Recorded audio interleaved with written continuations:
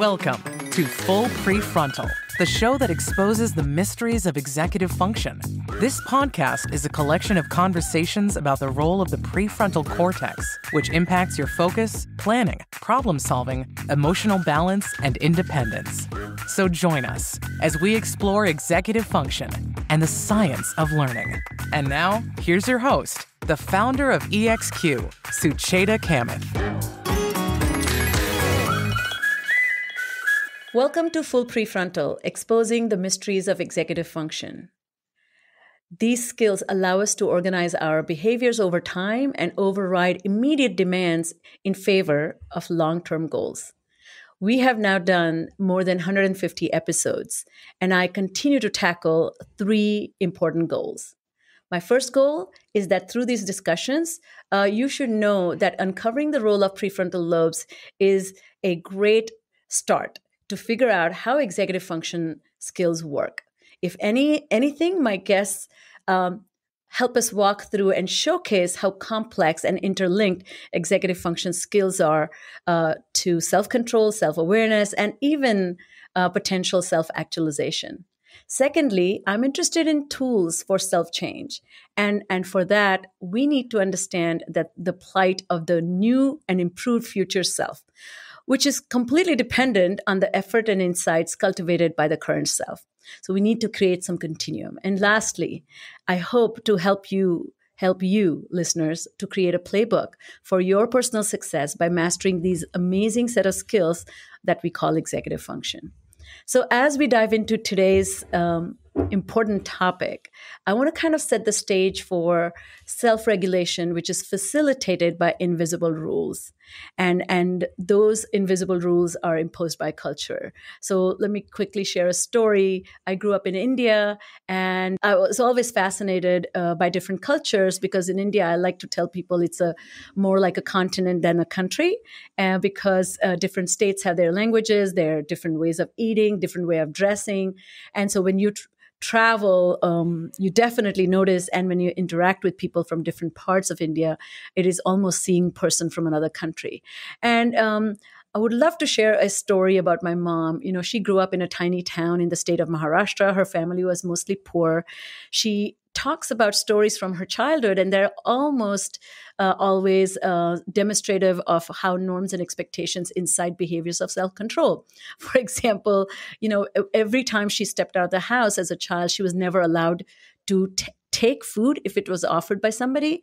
That was just her family rule. If somebody, by golly, happened to give, like cousins and aunts and uncles, they were the kids, all kids, there were 7 of them, were required to bring the food home and share with siblings. And so imagine the self-control of not eating something delicious during Diwali, which is Festival of Lights, you know. Another thing was very typical of my mom's household was observing fast, which is, you know, going all day without food or water intentionally, waiting till sundown to eat, or eating food that's allowed, so to speak.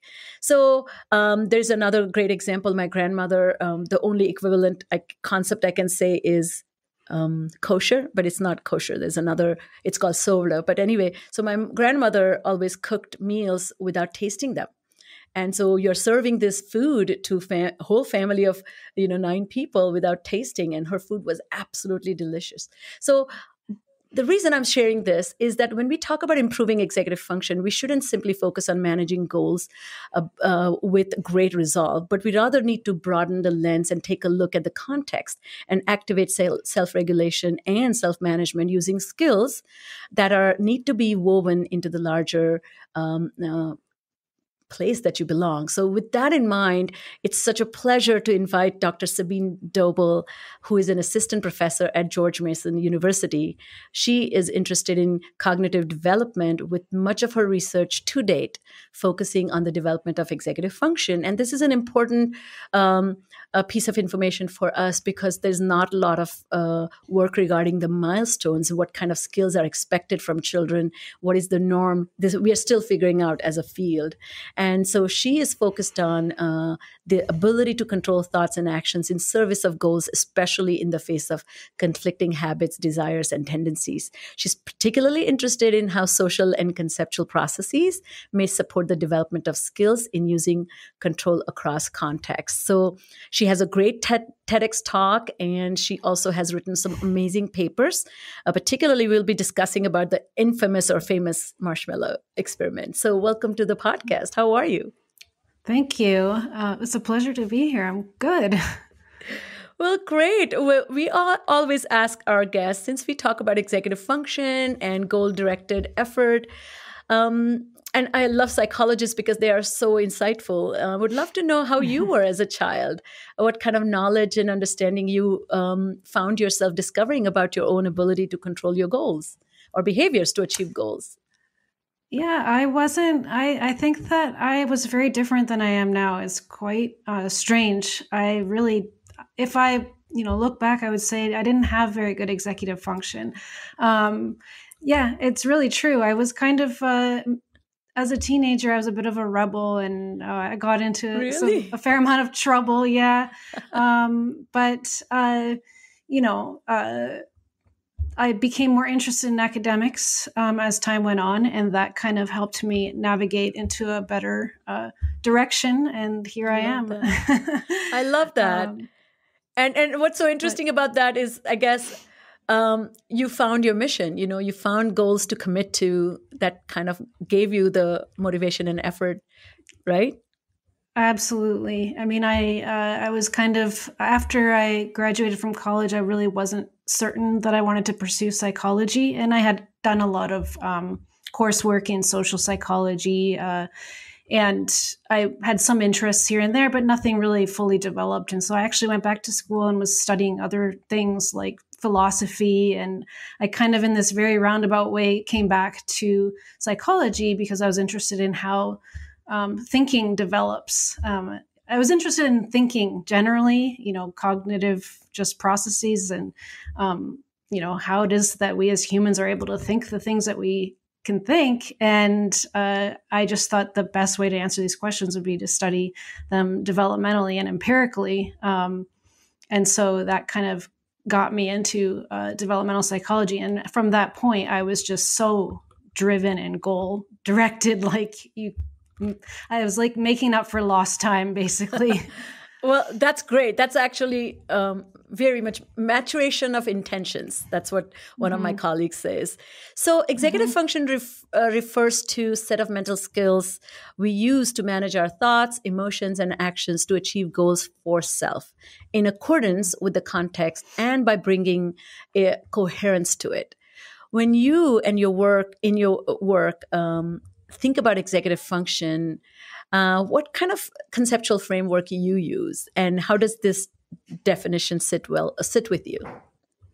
To be honest, I'm still working through my ideas about this, but they're definitely shifting away from this idea of executive function being these general processes that we apply. Yeah, so this is going to be a very interesting conversation because I really, I think it's very deeply affected by context and knowledge. I think that we all have some capacity, and capacity is the only term that I can use that kind of feels right for the kind of general thing that, people vary in terms of how, good they are at controlling themselves and controlling their thoughts and actions. But, that is one piece of it. And there's so much more that's interesting for me, just like understanding how knowledge affects, and knowledge in different areas affects how you can use your executive function. So as I said earlier, when I said that I was,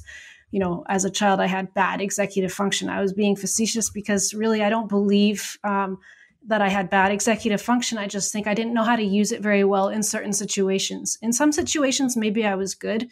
I can't think of any right now, but now I think I am very good in some situations, and I'm still poor in many situations, so it depends on what I care about and what I know about and how practiced I am in certain things. And so that's how I think about it. I like to use this analogy of a car. So your car is engine dependent. So let's say that's your brain and the skills that you bring, but there's something to do with the driving, the ability to drive. So those are the learned skills. But then comes the road. So a dirt road and the car performance is going to be very much different than a 4-lane highway. So I feel executive function is so context dependent in that way.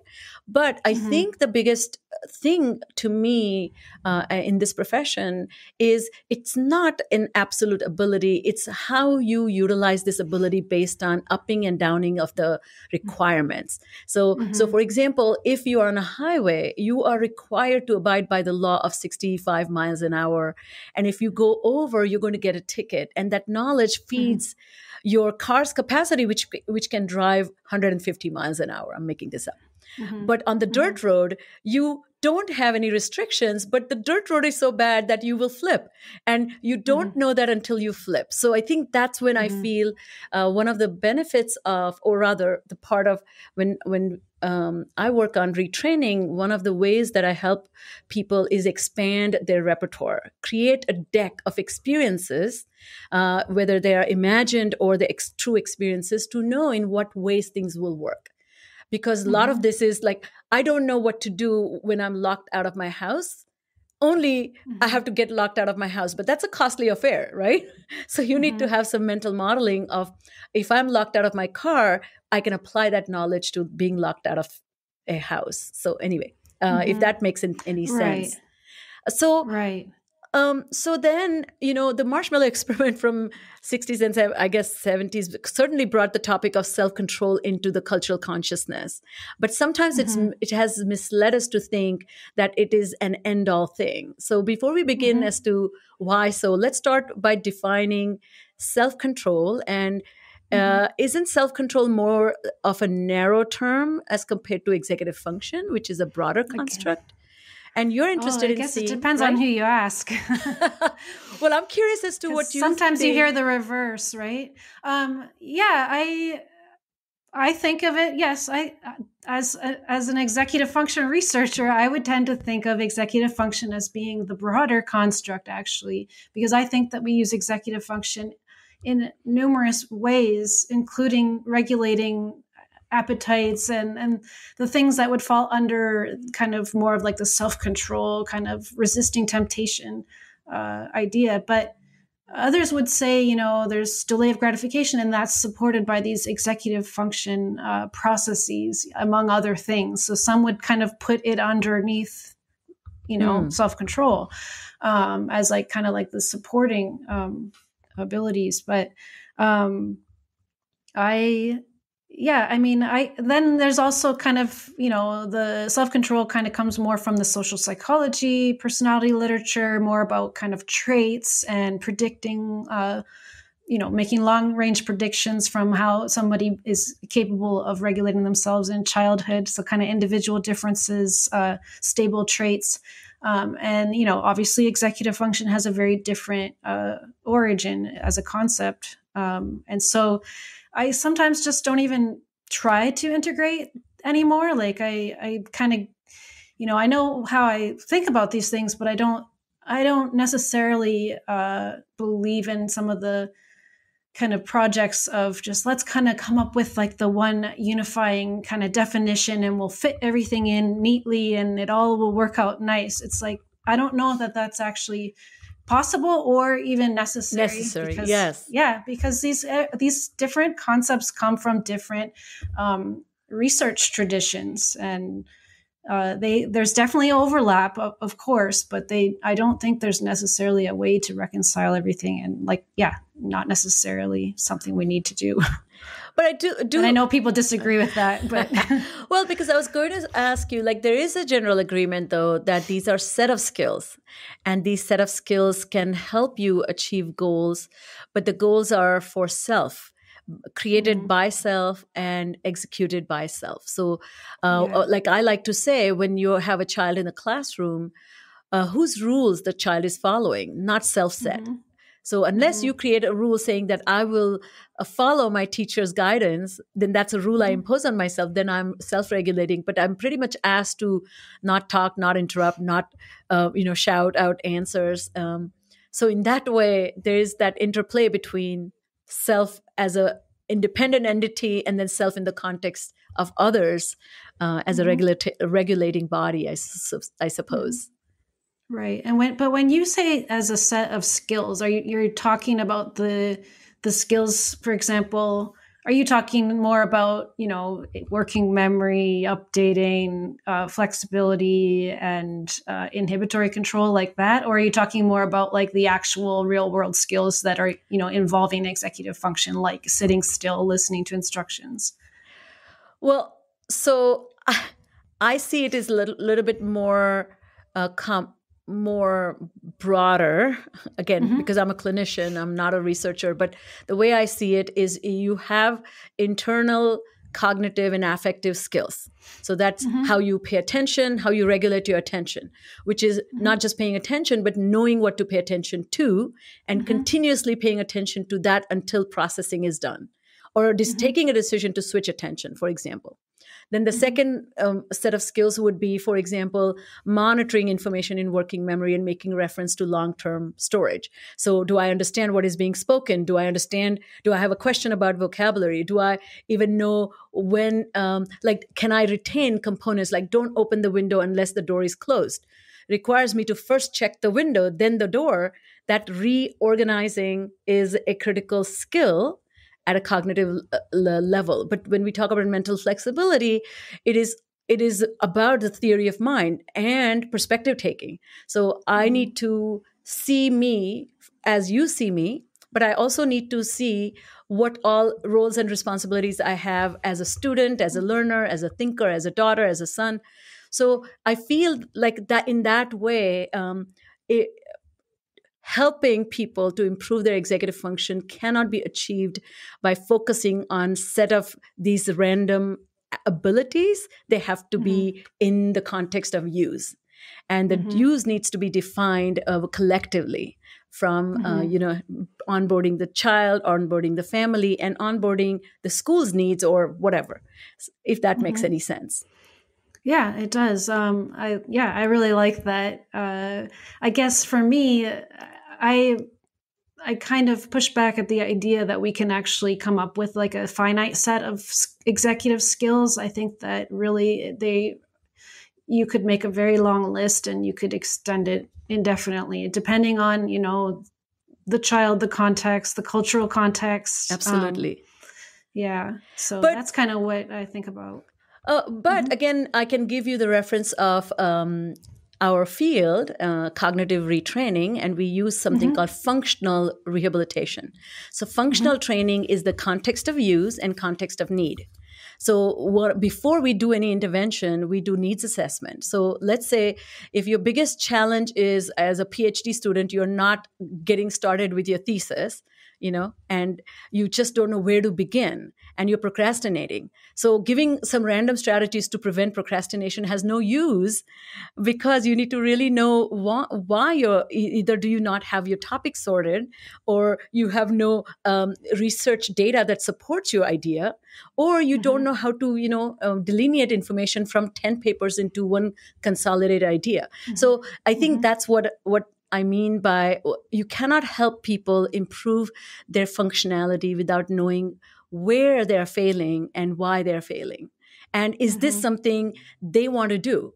Because one of the things I tell my clients and my patients that the goal is you should not need me because you can improve your executive function because of external aid. And that's not true executive function mastery. So as long as you have your mom helping you, you are getting to school on time. As long as your dad is printing the paper and running to school, you are getting your paper turned in. That's not true skill. That's just support. So that's where I come from about understanding intervention is not pure skill ability, but context and, making a person responsible for their lives. Right. So then let me ask you this. As a, cognitive neuroscientists say that in addition to allowing resisting of temptations, Another crucial role executive function plays is that it makes many things possible. Mentally playing with ideas, taking time to think before acting, meeting novel, unanticipated challenges, staying focused or engaged. So how do you see a connection of those skill set? And actually we see that in play, right? So how do you, what are your thoughts about this idea that more than, which you kind of talked about, is resisting temptation as the end-all skill set?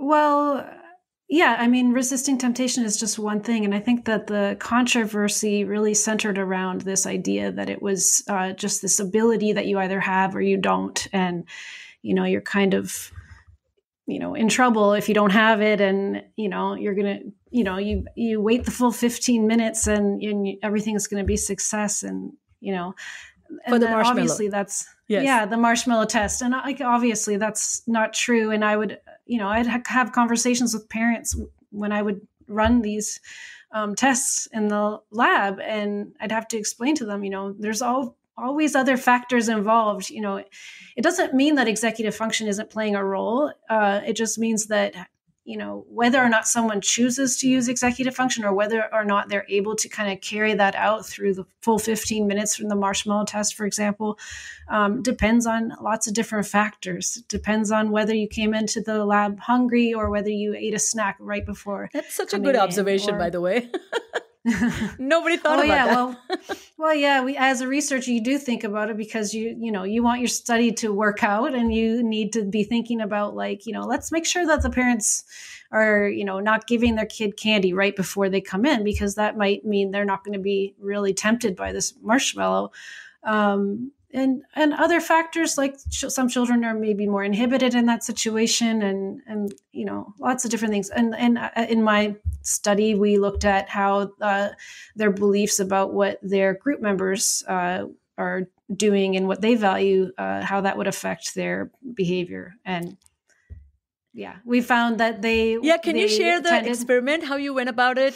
So there's definitely, Sure. And two things I love about your research is one, we really didn't have a good sense, even skills like theory of mind, that how young can kids be who are demonstrating skills. So you test itty bitty kids, which is age 3 and 4. But I mean, really, they're not, children are using an executive function very, very early. Very young, in life, 6 months. Infancy. And it's interesting when you go back into the literature that they used to think that it wasn't possible. It was around 12 years of age that you started to have an active frontal lobe. And that's, but then some researchers kind of documented, there's this one paper, and I can't remember the names of the authors, but they really talked about all these different tasks that weren't your classic executive function tasks, but you could see how they involved executive function. And they surveyed this entire literature showing actually children are using executive function in all these different ways. And then, more recent work has looked at infants, and actually some classic work like by Adele Diamond and Yuko Munakata and others, where they've looked at the A not B task from this executive function lens. And so I'm very strongly convinced that children are capable of using executive function really early on. It's just a matter of learning the ways to use it that are relevant for functioning well in their context, in their culture. And so if you want me to talk about the marshmallow study, yes, the way that this came about actually was that I was just kind of thinking about some work that was being done where children were being trained. So children from disadvantaged backgrounds were being trained on some tasks, executive function tasks, with the hopes that this would kind of improve their executive function in a way that would then apply to their everyday lives. And I just kind of thought, that's probably not going to work. It's not, and it's not because you didn't train it long enough. It's just that is just, to me, that just underlies, it suggests that the way we're thinking about executive function is not right. It's not this thing that you can just practice in a particular way, and that's going to strengthen the brain area that is responsible for executive function or the executive function skills, and then you will be able to apply it in all these different important contexts. And so the way I went about it, I guess as a first step in this direction, was to, I wanted to explore how values and beliefs could affect how executive function is engaged.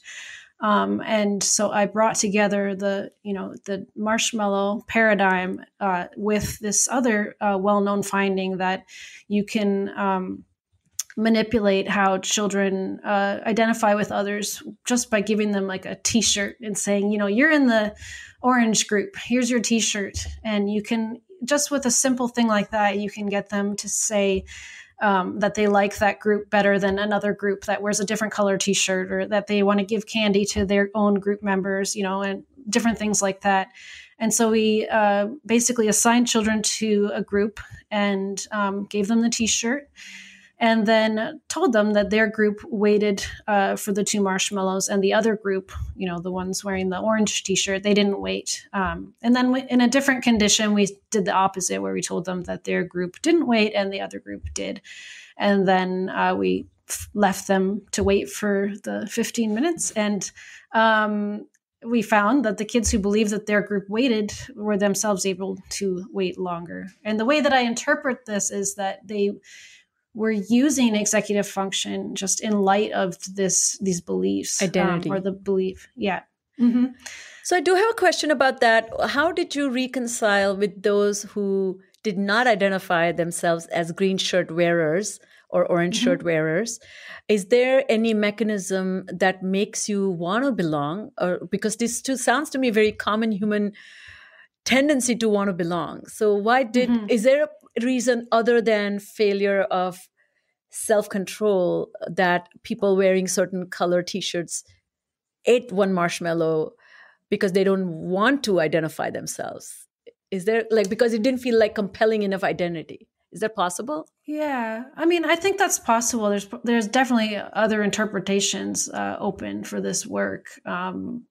We found that most kids did want to belong to their group. So, but there were the odd, children who basically didn't really want to wear the t-shirt, but we didn't find that the wearing of the t-shirt really mattered, actually.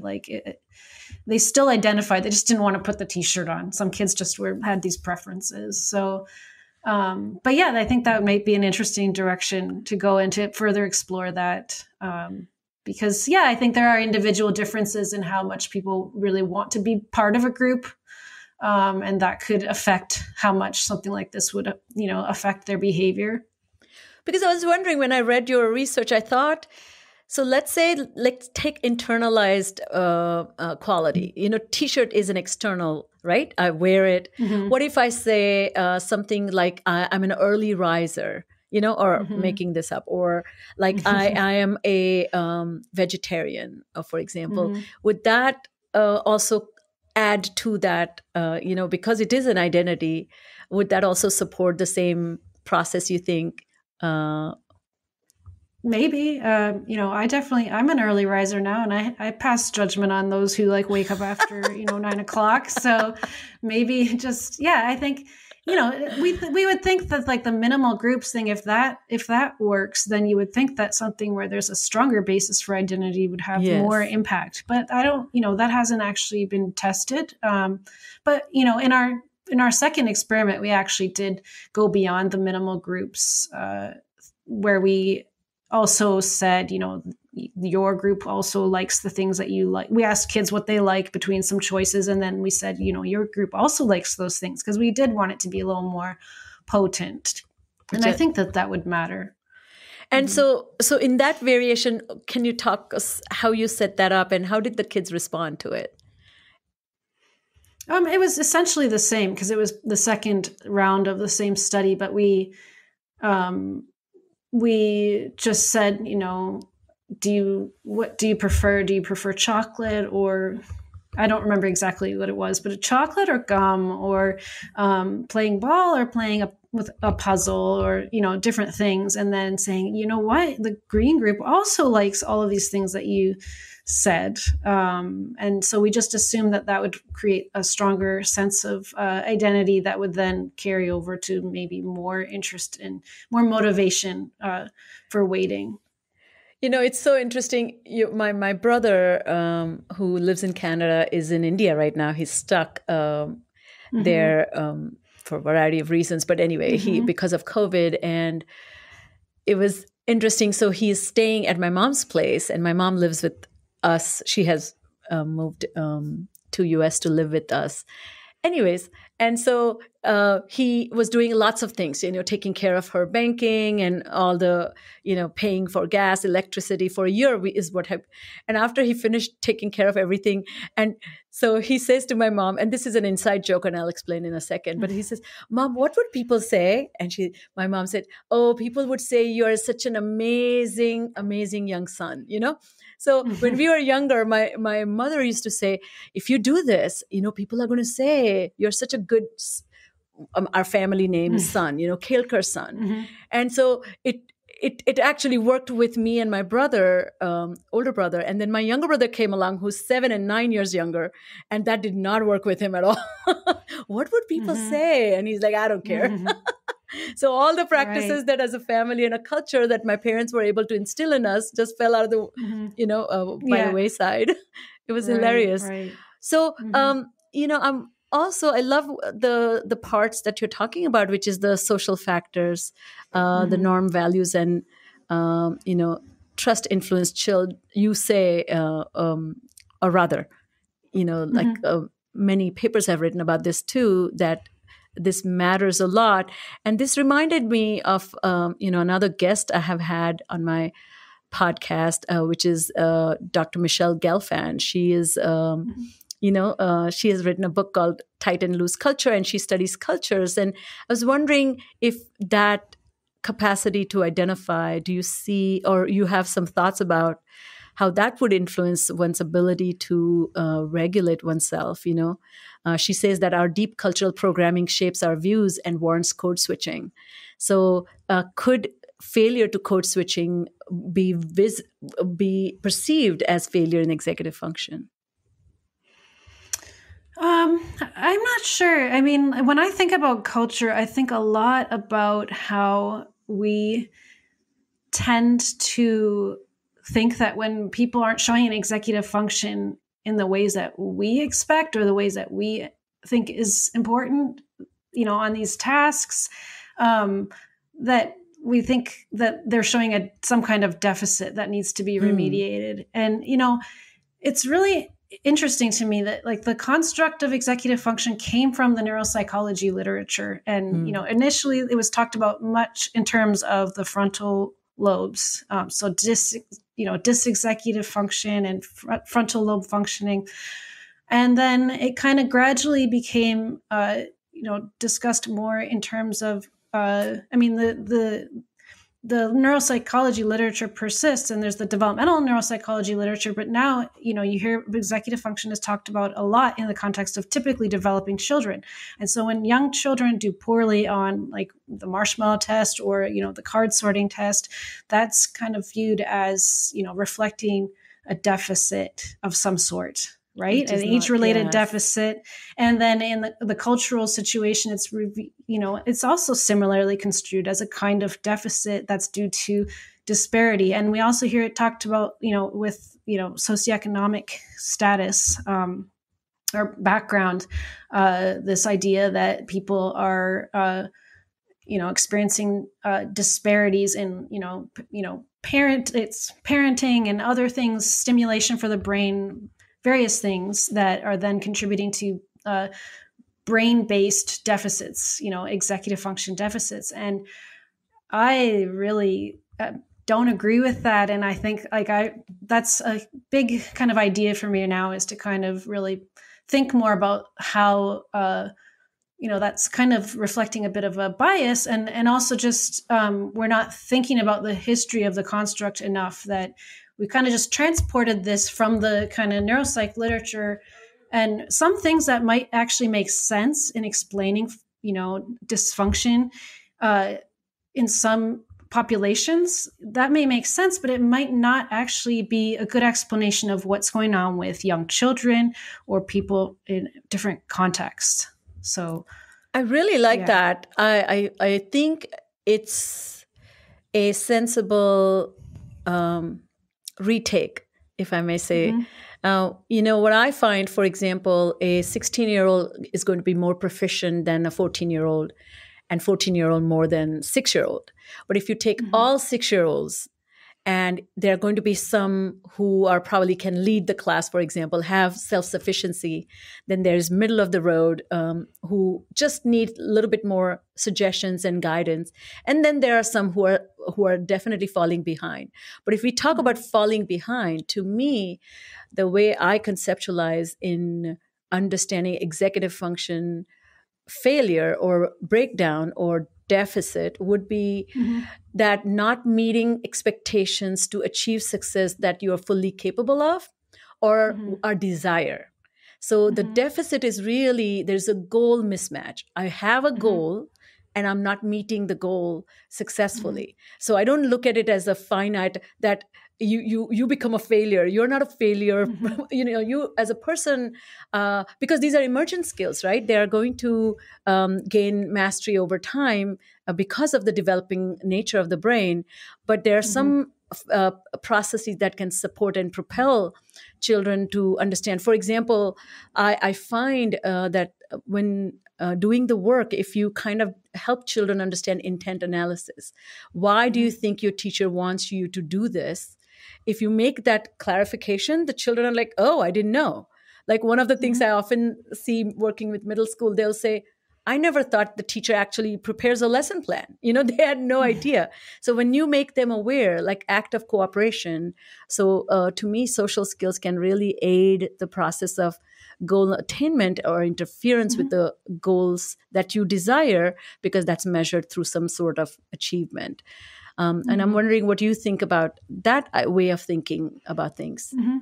Yeah, that totally makes sense to me. Just this, and for me, I think of it as in terms of knowledge, like you're providing them with more insight into what others expect or, desire. And once they have that additional insight, that could also help them to use executive function in the way that is expected. They're just better able to kind of grasp onto the ideas and keep them in mind, for example. So I really like that. One thing I worry about is this idea, like the brain gets talked about a lot, and it makes sense because the concept came from, the neuropsych literature. And also, of course, we require prefrontal cortex in order to act, use executive function. But what I have seen a lot of, and that really concerns me, is this idea that, for example, young children are limited because of their brain. Their brain hasn't developed yet. And you see this actually in textbooks and in different places where it's just sort of like, oh yeah, they're impulsive because of, these limitations. And I tend not to think that way. I think that children, are the way they are because like they have a lot of strengths. And I don't think people talk enough about that.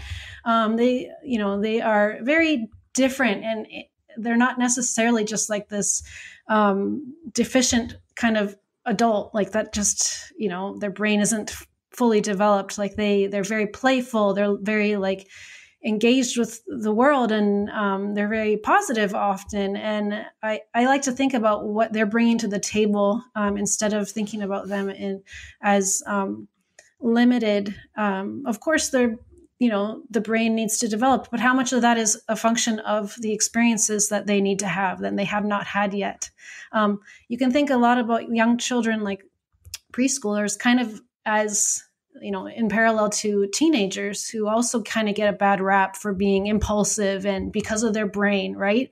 But there's another way of thinking about that. They want to explore the world, and they are seeking out new experiences from which they will learn and become wiser. And then, and that will shape their brain in a certain way. And they'll be capable of using executive function in particular ways because of the experiences that they've had or because of the knowledge that they have. And I think the same way of young children.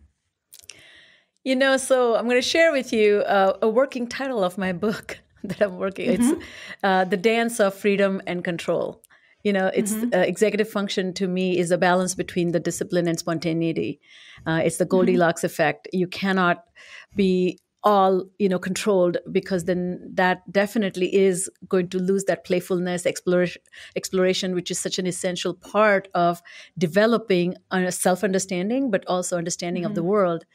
And but you do need certain places where you need to rein in, because particularly if you're causing disruption.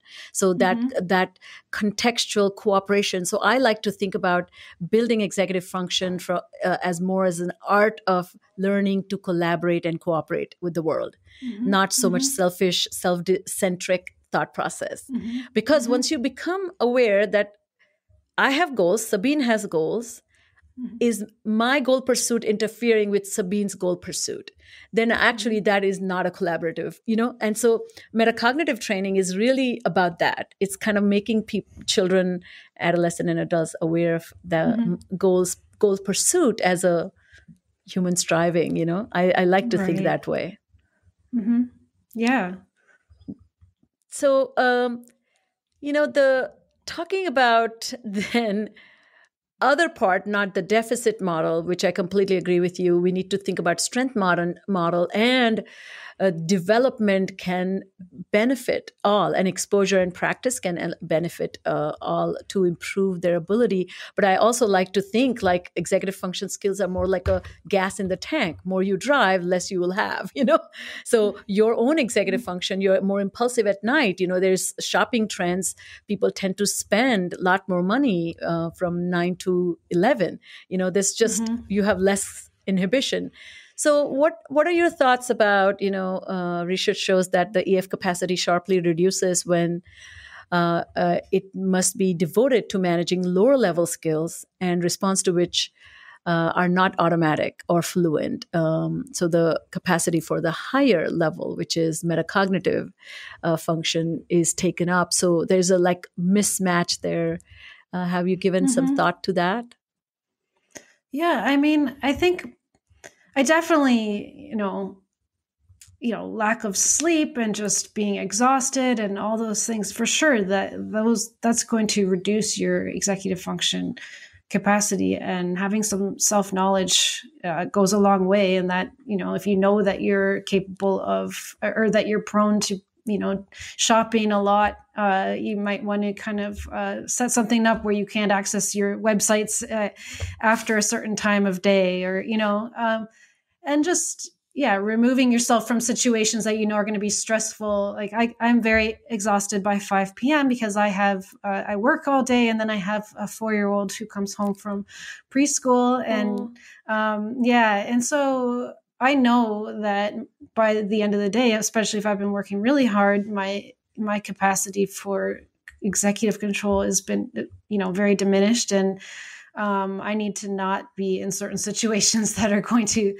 provoke me to be kind of irritable with family members. And so, it's about just managing that. And the thing is you can't ask yourself to be thinking about these things when you're already tired. So then it makes sense when you have more of your capacity to practice certain things, or, think through certain things, so that once your executive function is more diminished, then you are able to behave in a way that is, desirable for yourself and for your family members.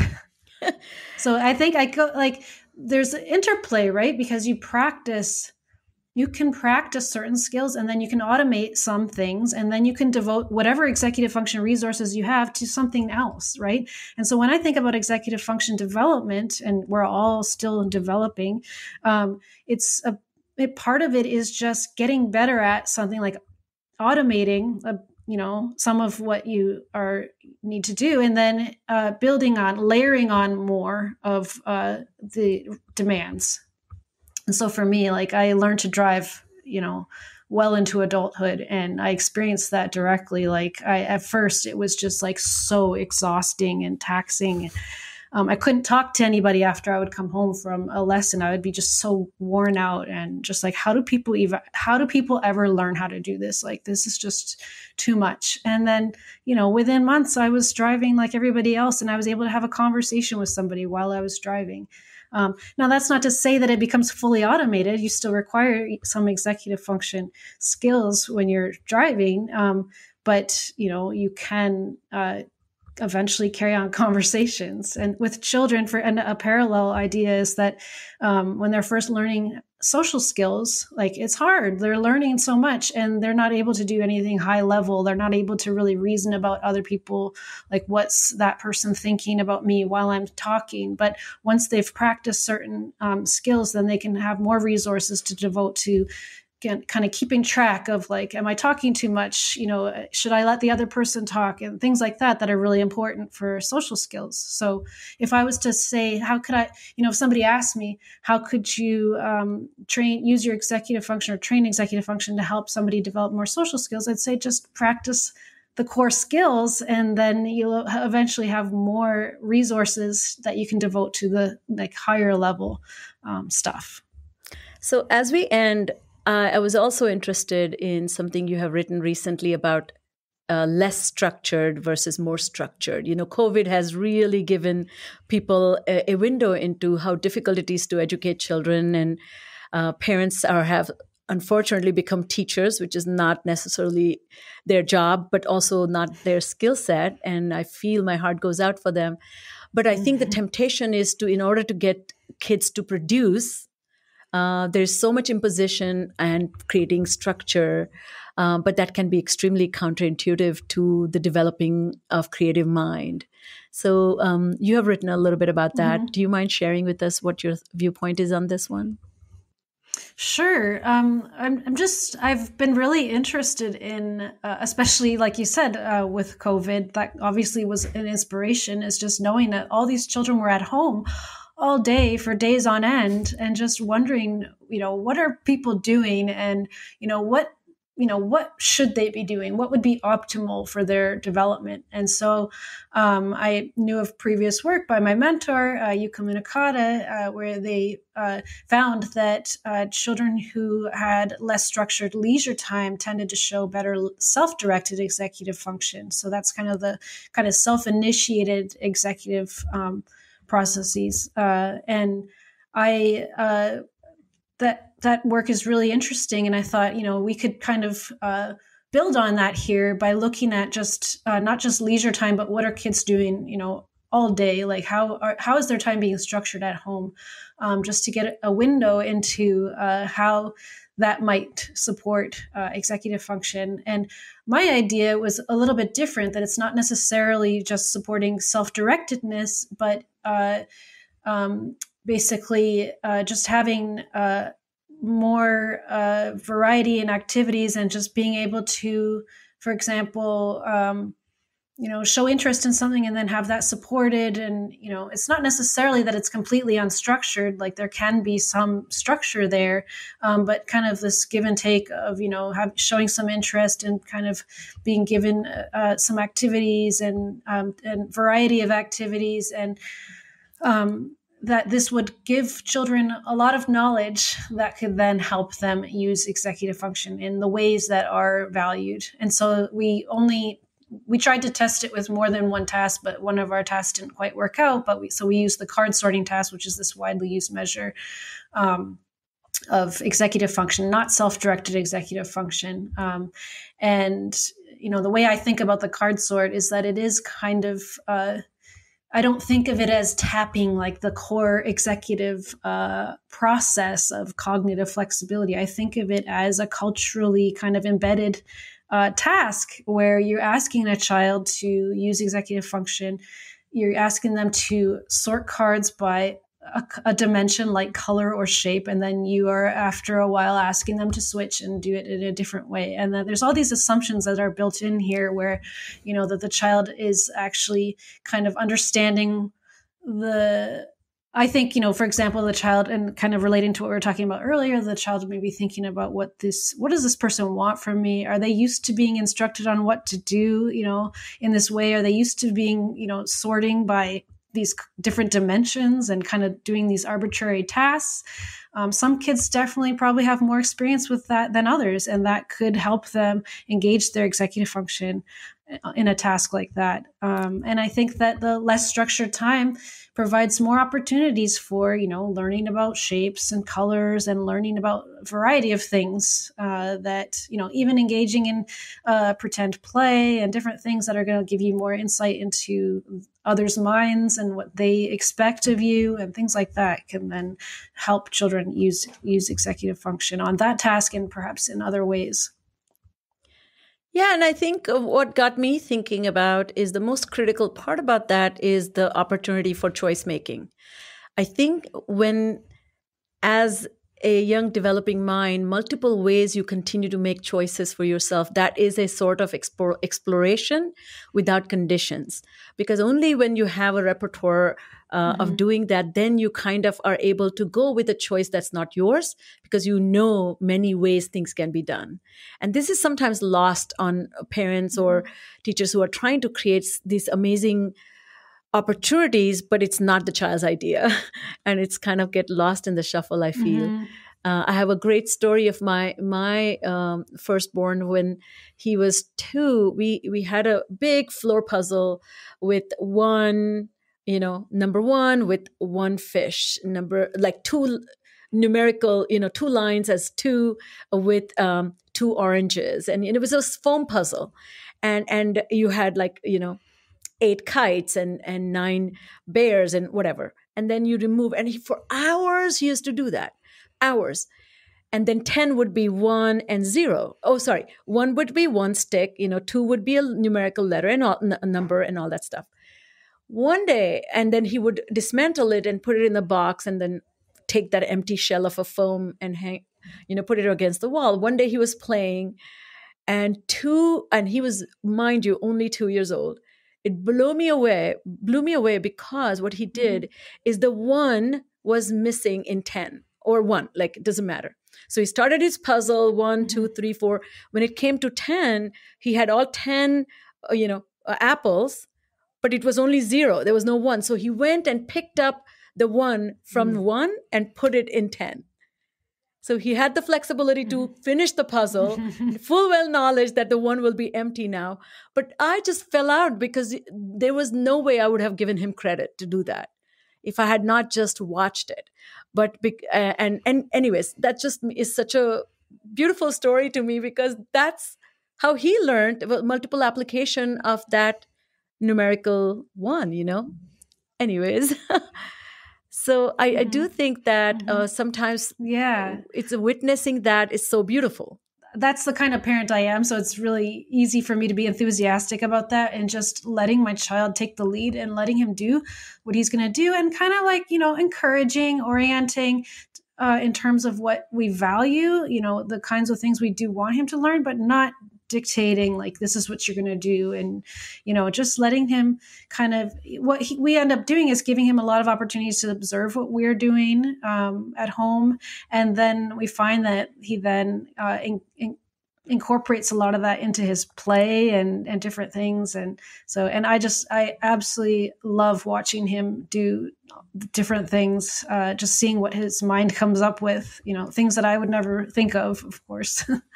I am so excited to have gotten a chance to talk with you, and really this has been a very meaningful conversation. Particularly, I love the way you are challenging our field to broaden its own mind, and from my work in the field where I'm actually working and helping people, this is where I see that executive function skill is not making somebody perfect, because that will be such a false way of thinking. It is actually a process of helping people help themselves. And what they need help with is how can they be most effective in leading most meaningful lives. But the defining of meaningful life has to be done by them as well. And a good support and therapy is that. And like you and I, it took you a while to figure out this is your field. It took me a while to say, oh my God, I love what I'm doing. And thank God somebody was patient. The universe was patient with us because once you're in your zone of excellence, I think you can make such a big difference. So I really appreciate that. So as we end, do you have any recommendations for our listeners? Any books that have influenced your thought or things that really get you very excited? We would love to know that. I don't really have time to read books lately, the last 4 years really because of my son. He's kind of, taken some of that time away, but which, of course I'm happy because he's amazing. But, so I can think about some books that have influenced me really, and it's not really an endorsement of all the ideas in them, but I tend to enjoy books that challenge my thinking, challenge my assumptions. And, I've been attracted to reading authors where are kind of controversial even, and just seeing what is it exactly that they say? Like, what do they really say? I don't want to just listen to what other people say that they say. So one book that was really influential for me at one point was Practical Ethics by Peter Singer, who is, he's actually quite controversial in some ways. But some of his ideas I really liked. And of course I'm not giving a full blanket endorsement of everything he says, but I just, he talks about a lot of different real world issues that philosophy has, something to say about, and made me reflect on certain things. Another kind of author like this is Jonathan Haidt. He has this book called The Righteous Mind. This is pretty relevant for current times, where he talks about the left and right kind of divide and kind of tries to make sense of it in a way that is not about saying that one side is better than the other, but just trying to understand human nature really, and that's kind of where I come from, and that we're all kind of flawed humans trying to make ourselves better. And it's, so that's a really satisfying book to read. Well, thank you for your recommendations. It's been such a pleasure talking with you. And we really thank you, listeners, for tuning in. And if you love what you're listening, please share. There's a lot of ways you can get connected with us. And if you want to hear from us, definitely sign up for our newsletter. Once again, thank you, Sabine, for being here with us today. And everybody have a great day. Thank you for listening to Full Prefrontal, exposing the mysteries of executive function. To contact your host, Sucheta Kamath, and learn more about her work on improving executive function, visit her website at exqinfiniteknowhow.com. That's www.exqinfiniteknowhow.com. Tune in next week for another informative episode of Full Prefrontal, hosted by the founder of EXQ, Sucheta Kamath.